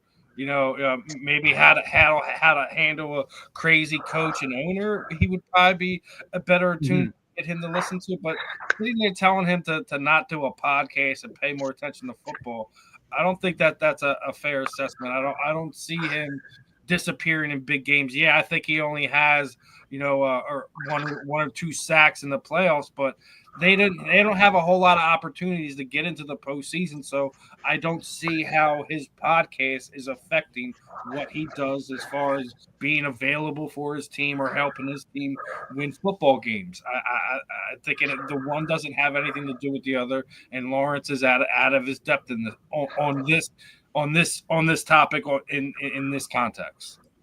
Katie? Lawrence Taylor played in a time when they didn't have podcasts. You didn't have these things, So for him to sit and tell Micah what he should be doing or shouldn't be doing, there is probably things Lawrence Taylor did during his off time that he shouldn't have been doing as well. Like he was smoking crack. As long as Micah Parsons is putting in the time with the team that he needs to and to personally stay healthy and fit to play on the field, if he wants to talk about the NFL and that stuff on a podcast, kudos to him. Go for it. Tommy? If Lawrence Taylor wants to say a rookie can't wear his number, I'm fine with that. Nothing wrong with that. Lawrence Taylor talking about off-field distractions. I'm not interested in what he has to say. Fair enough. Marvin? Candy said it, LT's from a different generation, and he's a little disconnected from today's technology and the reality of what's going on in some cases, I bet. So that's that. I don't think he means nothing by that. But at the same time, this is a two-time Super Bowl champion, and that could just be him telling Micah Parsons to step it up. I need to see more. That could be a call to greatness, to be honest with you. But again, he's an old school guy, different generation. That's what that is. Yeah. Candy really does nail it. They have podcasting back then. That's for sure. All right, Chris. Yeah, yeah. You guys brought up the good points. I think the biggest point is it's different generations. We're talking about a guy who played 30 years ago and to now, and he was not a good person off the field, right? Let's throw that out there and be honest with everybody, right? And we know all of his off the field issues. So he should be the last person to tell somebody what to do on their free time, right? Especially doing a podcast. I'll be honest, I'm not totally for a player having a podcast now while they're playing, especially a guy like Micah Parsons, who's one of the best players in the league, and talking to people from other teams. I don't know if that's really a great idea, and I'm sure the head coaches don't like it, but listen, they could do whatever they want, right? They're on social media, posting stuff and all that. So I would think if they're going to do something, I think a podcast is the best thing because it's coming out of their mouth and they can't be, it can't be, construed in any different kind of way. Like if they're saying what they're going to say, if Parsons is saying one thing and he's got a guy on there and he's saying like it's there, right? When it's tweeted or X'd, whatever you want to call it, sometimes, it comes out a different way than what they want it to, right? So, listen, he could do whatever he wants on this social media platforms, on on podcasts and stuff like that. Different era. Taylor, last person that should be talking about what you should be doing on your days off. And like Tom said about the number, and I think we talked about it last week on the Wednesday show, Scott, about him not giving up the 56, right? I mean, that's right. There's no way. I mean, there's a reason why these numbers are retired. And number 56 for the Giants is, probably the most iconic number for that franchise. So if you're going to take that number, you're not going to live up to LT. So whatever you do, it's always going to be like, yeah, well, he ain't LT, right? He's not the real 56. So it made no sense. But yeah, getting back to this. The only thing I'm going to say about Lawrence Taylor is this. He's a bad man. Oh, yeah. He's a bad man. And Marvin's thinking, he still is. What is he? What is the Motor City Madmouth thinking? Don't mess with Lawrence Taylor, or he'll break your leg like he broke Joe Theismann's on national TV. And I'll leave it at that. That's the only thing we haven't heard from all you. He'll break your leg. Sticks and stones may break my bones, but names will never hurt me. But I'll tell you one thing: when it comes to Lawrence Taylor, you don't need sticks and stones to break your bones. Lawrence Taylor did that to Joe Theismann. All right. Had to get that in there. Isn't this a fun show with all these people listening? And everybody around the world doing it too. Awesome, baby. All right. Let's talk about the Miami Hurricanes. Last week, media day was generous. Let's got about 12 interviews there. Jason Taylor, Carson Beck, wide receiver Ray Jackson. By the way, I was looking at those numbers recently. Up to this point, just a few days in after Candy got him posted, Ray's at about 492. Jason's at about 96 right now, but he'll pick up a little steam. And then, of course, following it, but Ray Jackson's following in the footsteps of Xavier Restrepo with the Titans. And, of course, backup quarterback Emory Williams, all one of the nicest kids you'll ever meet. He says he thinks every question is a great question. He's got to love this guy. All he did was play under Cam Ward, and he was a backup to Tyler Van Dyke. With that said, Candy, why don't you pull out the clip of Jason Taylor? Because everybody on this panel can always say right now, I was on a show with Jason Taylor. You got to say what he was talking about the Hurricanes. I'll keep that.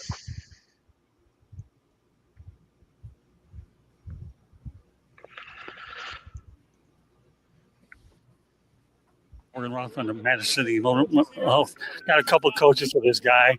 Number one, Jason Taylor. Glad to have you on the show. Appreciate it.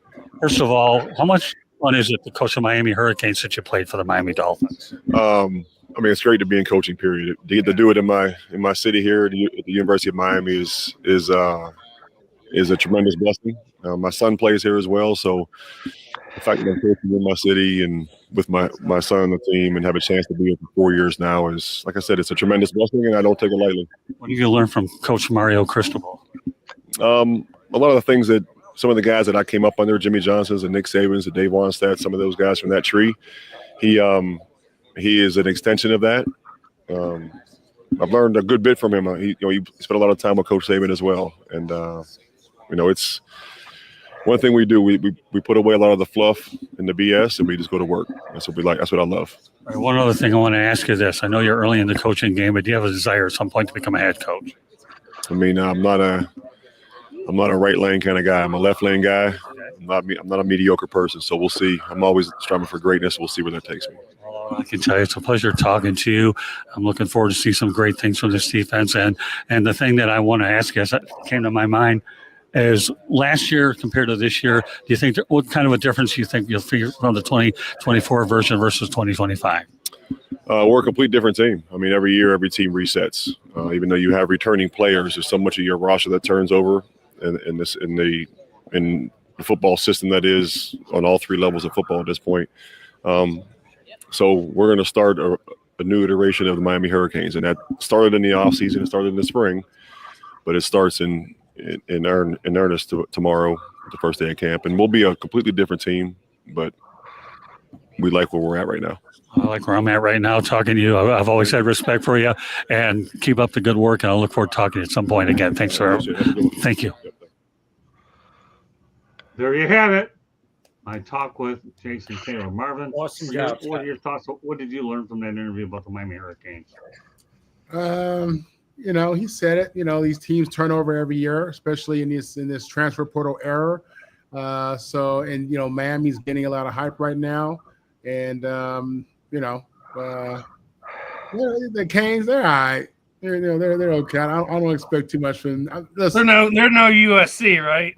No, I'm just saying. I don't really, right now, it's this we talk about them, I guess, like it's the 2001 team or it's the 80s, But Cam was the man last year there. I loved him at UM. He was amazing, and I have no doubt that. We'll wait and see what's going on with Mario. He's gotten better every single year. He's had more wins. I think 5, 7, and 9, something like that. But we'll see. Jason's talking about the new roster. We'll find out week 1 what they got. Great interview. What's that? Great interview. Oh, thank you so much, Marvin. Appreciate it. Well, the reality is Carson Beck's a nice guy, but he says he's come from 2 championships. He's going to have his hands full in Miami. We'll turn over to Tommy, who covers the ACC. Well, the thing that came out of the ACC kickoff in Charlotte, Mark Richt talked about this. Mark Richt is a Miami guy, and he wasn't able to turn around the program. He says the difference now, they obviously have a great coach, but they had one with Rick too. He says the difference now is the facilities. They were way behind all the other schools on the facilities, and I don't mean the stadium they play in. I mean all the training facilities and the on-campus stuff. And they've upgraded, according to Mark Richt, they've upgraded all of that stuff. And Mark Richt said he had lost players for that simple reason, that dads came in and told their kids that they can go someplace better than this. So you got some stability with Cristobal there coaching. He's got something better to recruit to. Let's see what he can build. Yeah, Mark Richt went into his pocket and donated a lot of money to build that indoor facility is what he did. So more power to him. All right, Chris. Yeah, you know what? I think Marvin brought up the good point. He's improved every year. Can he get this team above the 10-win, mark? And can this guy win a bowl game, right? He hasn't won a bowl game yet. He's lost the last 2 years. Can he get this team to that next level? That's what it's going to come down to. We'll see. I mean, he's gotten better every single year. So now it's time to take that next step to be that top 5 team, top 3 team. Can he do it? We'll see. Okay. Candy? I think the key for Miami is sustainability, because I think at the end of last year we saw some drop off, and not necessarily from certain individuals, but I think as a team they didn't bring it in the last couple of games, and that's where they lost it. And I think the defense really kind of fell through a little bit those last couple games. It'll be interesting to see how well they all gel, because like Taylor said, in this NIL, in this transfer portal, every team is new every year, and there's so much turnover, so many different things. One of the interesting questions, Scott, I think you asked, not necessarily of Taylor, but if you go to our YouTube channel, you have an interesting interview with Emory Williams, which is a backup quarterback that played backup for Tyler, played backup for Cam, and now Carson. And one of your interesting questions was, it's one of the differences between Cam and Carson.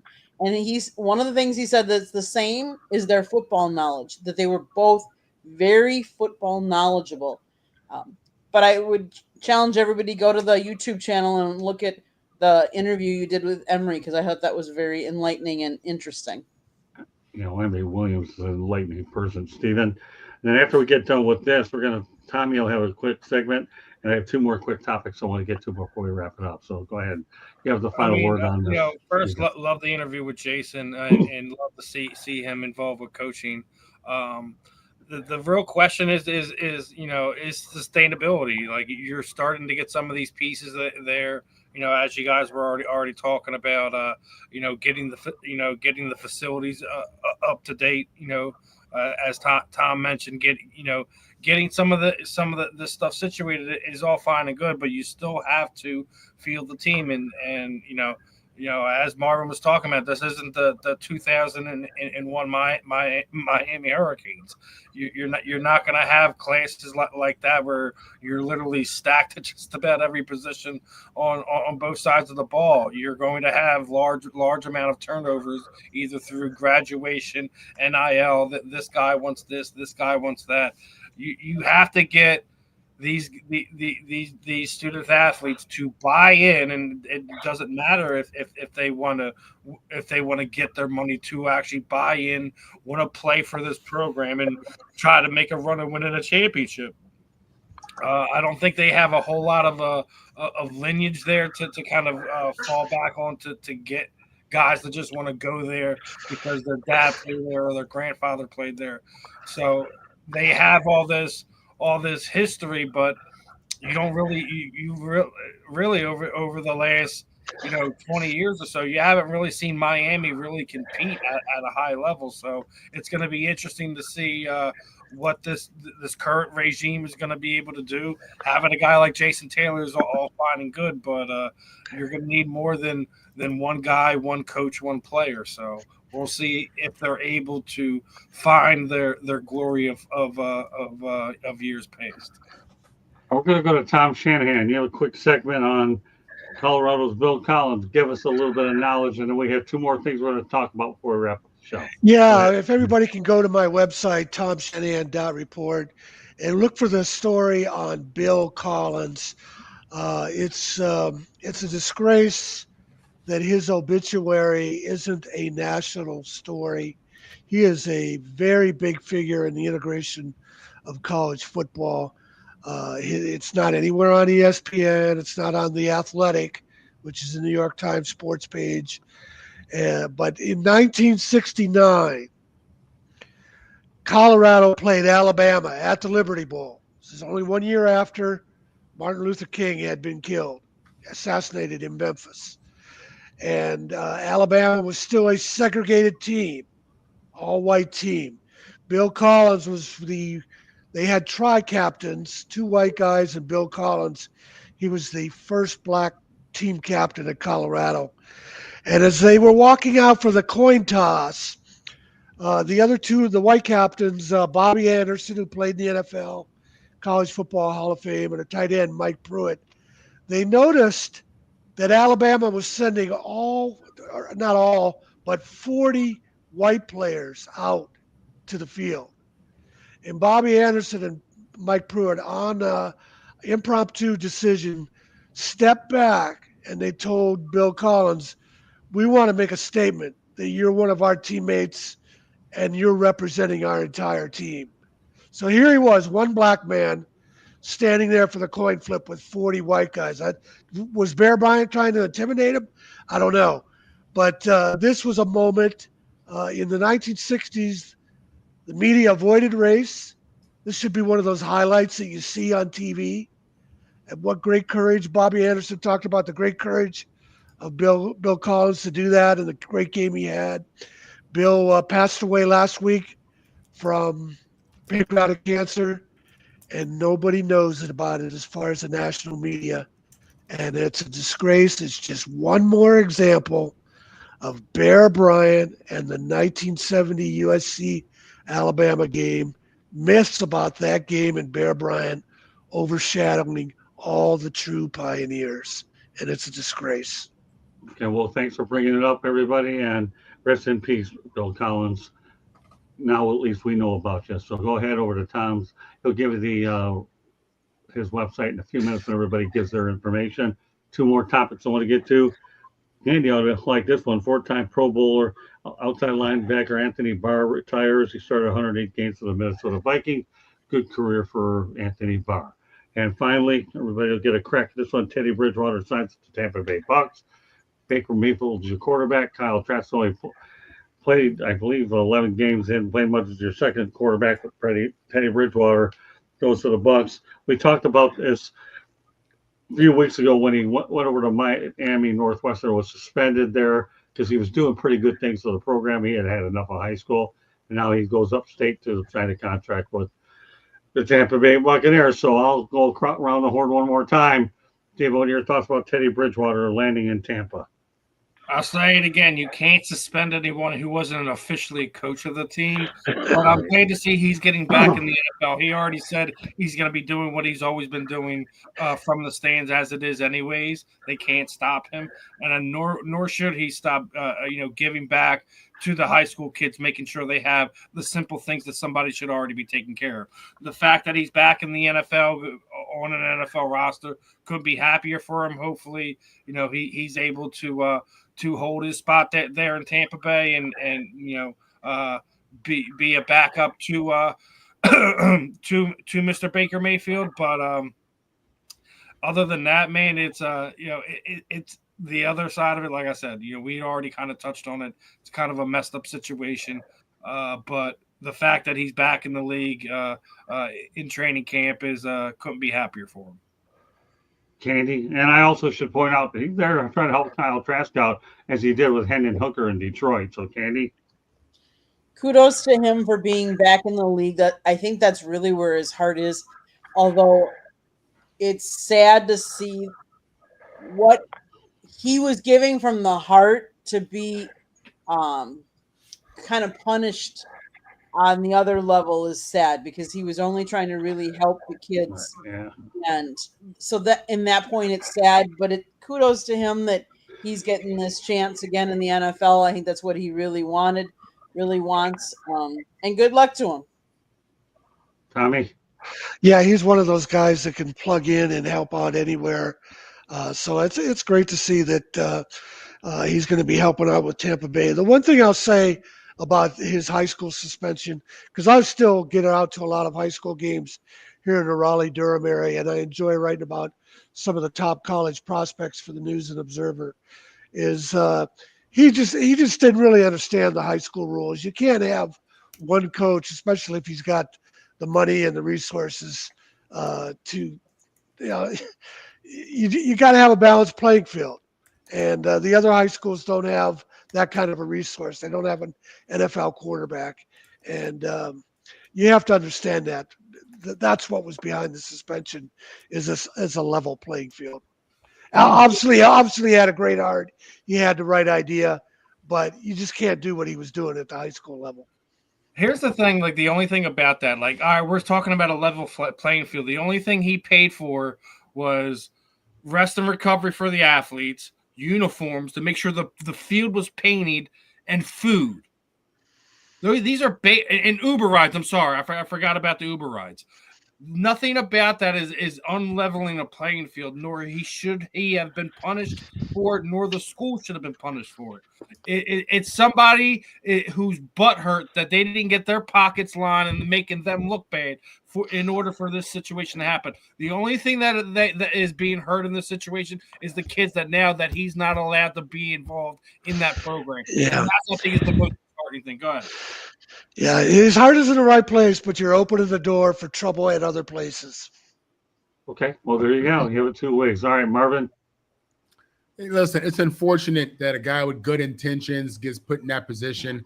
But at the end of the day, I'm a Teddy B fan. I thought he was an up-and-coming quarterback in Minnesota, a young, promising quarterback before he had a couple of injuries. So I'm happy to see him back in the league, to be honest with you. If he was in Miami coaching high school, he'd be on the sideline with a clipboard making nothing. Now he'll be on the sideline holding a clipboard making millions. So, good for Teddy B. Like I said, money is a motivation. Go ahead, Chris. Let me add this. The real crime is our schools don't support high school athletes and high school teachers, or all teachers in general. That's the real crime. That somebody like Teddy Bridgewater, we need someone like Teddy Bridgewater to go the extra mile. That's the real crime. Well, listen. NIL is already in high schools in certain states. You're going to see that grow and evolve. So don't be. There's a day coming where these schools and these kids who are in low-income areas, they're going to have some resources. It's coming. The capitalism has no mercy. It will not spare youth football. Believe me. All right. Well, like Marvin said, go ahead, Chris. Yeah, I think Marvin. I'll bring it up from the. You know what? You guys brought up all the points from Teddy's side, but I'm going to bring it up from the the Buck side. I mean, the Bucks only got Kyle Trask right behind Baker Mayfield, and Baker Mayfield's a little banged up. So I think having a guy like Teddy Bridgewater who could come in and, in an emergency, he can win some games, right? He is that good of a quarterback. He's probably not going to be able to, give you, a half a season or a full season, right? Because he's very injury prone, but in a couple of games, he could definitely come in and at least win you some games. So I think this is a smart move from Tampa side to bring him in.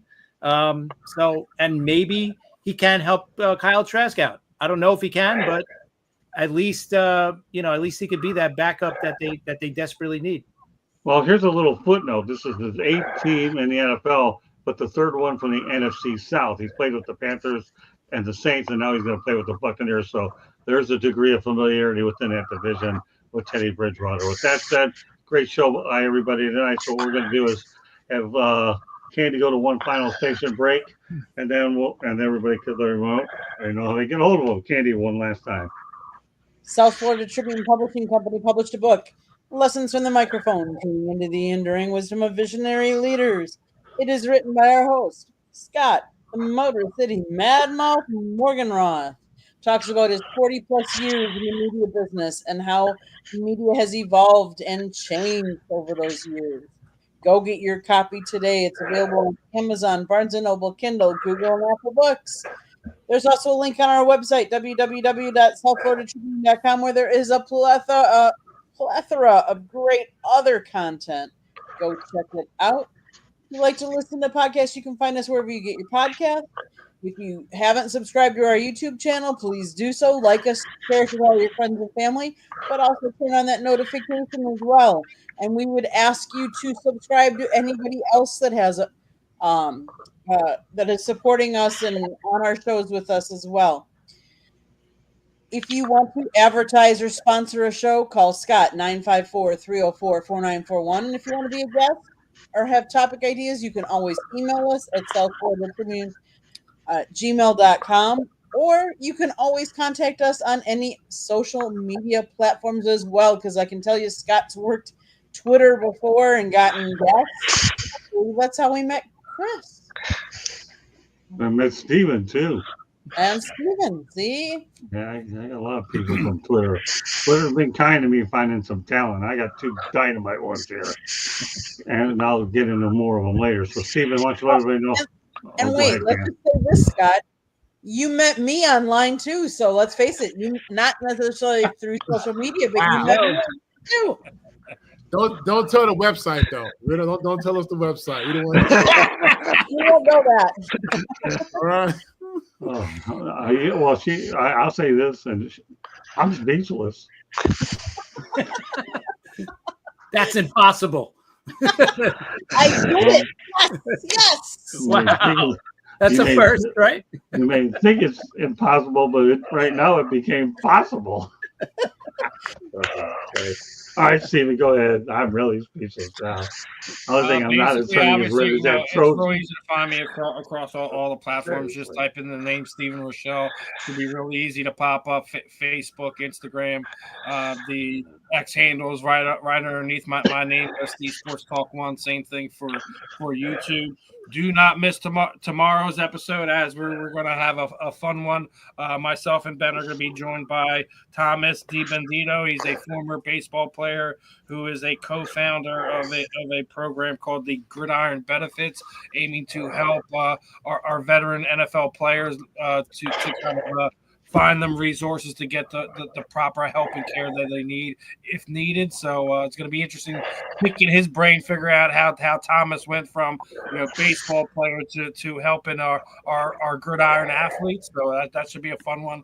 Obviously, me and Ben always have some fun, and also going to be debuting a new intro video as my friend Taylor kind of got the first rough copy of that. So gonna be a fun one tomorrow. Make sure you guys are locked in, and we're always going to be doing the fun content here on the South Florida Tribune Media.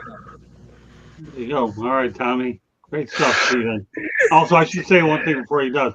Steven's my co-host on The Professor and the Pupil. He's dynamite. He really is. So an excellent job with me. Yeah, visit my website, tomshanahan.report. Shanahan, just like the 49ers coach. That's my website. There's also links to buy my books. My book, The Right Thing to Do, The True Pioneers of College Football Integration in the 1960s. You can get it on Amazon, Barnes & Noble. Those links on the website. Buy the book to help me pay for my daughter's college tuition. And there's also podcasts on there. We have The End Game, which is about race and sports. The most recent episode, 35, is about Eddie McCashin. He was the first black quarterback in the Deep South to start a game at Georgia Tech in 1970, and his teammate Joe Harris was the second black player on that team, and Joe played for a long time in the NFL, including with the Rams in the Super Bowl against the Steelers. All right, Marvin. Yes. Yeah. Listen, you can catch me, Marvin Potter III, on Facebook. Other platforms are coming. I'm slow at the social media game, but I'm all over Facebook, guys. Easy to find, MP3. And listen, man, this guy's on Facebook that he may say he's at the social media game, but when he's on this show, he's on his game. That's all I can tell you. That's all that matters to me. He's a good friend. He's a brother. He's on his game. He's a complete package. Marvin Paul, Bingo, A1, my brother from another. I love you, brother. Great stuff. You sound better than Kirk Cousins' agent. I love it. Yeah, I just hope you get paid that kind of money. That's all. With you, I will. With you, I will, Scott. Well, yeah, I'll tell you, man. All I am is a phone call and a text message away from you, and put them out there. The one thing that I would do is I'll represent you as much as I like to beat up car dealers and gouge them down and beat the daylights out of them. Yeah. I'm telling you one thing with car dealers, and I have to put this out there before I turn it out there with Chris. If you're a car dealer, you don't want to deal with me no matter how bad I feel. For dealing with me, it'll be worse than a woman having to give birth to a baby. I'll bury you. This will be labor, baby. I'm telling you, it is what it is. Really, seriously, really. Anytime you need me, Marvin, I'm going to speed dial. Okay? Thank you. I'm your promoter. And my name is Don King. I'm the Motor City Madmouth with a great hair. Among other things. All right. Chris, go ahead. And I'm going to tell you one thing before Chris gets going here. Him and Rob, one of the best baseball shows out there. These two guys have been on a few of our shows. These guys are, Jimmy Walker would say, Dynamite! Yes, I have a little left in me too, by the way. I was on their show. These guys are really good. Great baseball show. Go out there. They did a good job helping us. Well, you know what? Scott just said it. The baseball podcast I host with my friend Rob at NYMLB Talk. Usually on Mondays and Fridays. I'll be on Friday night without Rob. He's on the cruise, like we talked about, playing with his gold-plated chopsticks. So, but I'll have a special guest with me. I'll have Friday night. I'm going to have my friend Lynn, who also does a baseball podcast as well, a Yankee podcast, Upper Deck. So I'll be hanging out with her Friday night, probably about 10 o'clock. So look us up on YouTube. And if you like us, hit that sub button. And I also co-host a football podcast called Lift Off, a Jets football podcast with my buddy Sharman. And we talk Jets football and we talk NFL. Look for us. We usually put them out on Wednesday nights. And it's a podcast, so it's on everywhere where you catch a podcast. Apple, everywhere. Well, Chris, look up Marvin Powell III. I think you're on Facebook too, right, Marvin? You guys I am. I got to check you out, Chris. I'm serious. I'm going to look for you. Well, listen, if you ever want to come on, I know who you are, so you can come on whenever you want. There you go. Hey, I'm going to tell you one thing about our show. I know his connection. As Marvin would say, say less, say less. Well, let me say one thing. We have a good time on these shows. We're a family. Let me tell you, we're a family. We network. We have a good time. Look each other up. Have some fun. We'll make them all better because we're a family first, and we're here to have fun. And I give all these people credit because if they can put up me for close to 2 hours, then I'll tell you one thing. They are the BEST because they are dynamite. I had one of those left in me. Okay, so that said, that does it for this edition of Inside the Pickton. On behalf of Steve Reichel, Candy Eveling, Tom Shanahan, Marvin Powell, the dad, and Chris Piazza, Pizza, whatever, a brother from another mother. I enjoy having him on my shows. That does it tonight. We will see you next Tuesday night. Hopefully you'll be back, Marvin. I got plenty more hay coming your way. So with that said, and I couldn't have made that one up. It was too cotton picking easy anyway. More hay coming your way. That does it. We'll see you on next week's edition of Inside the Pickton.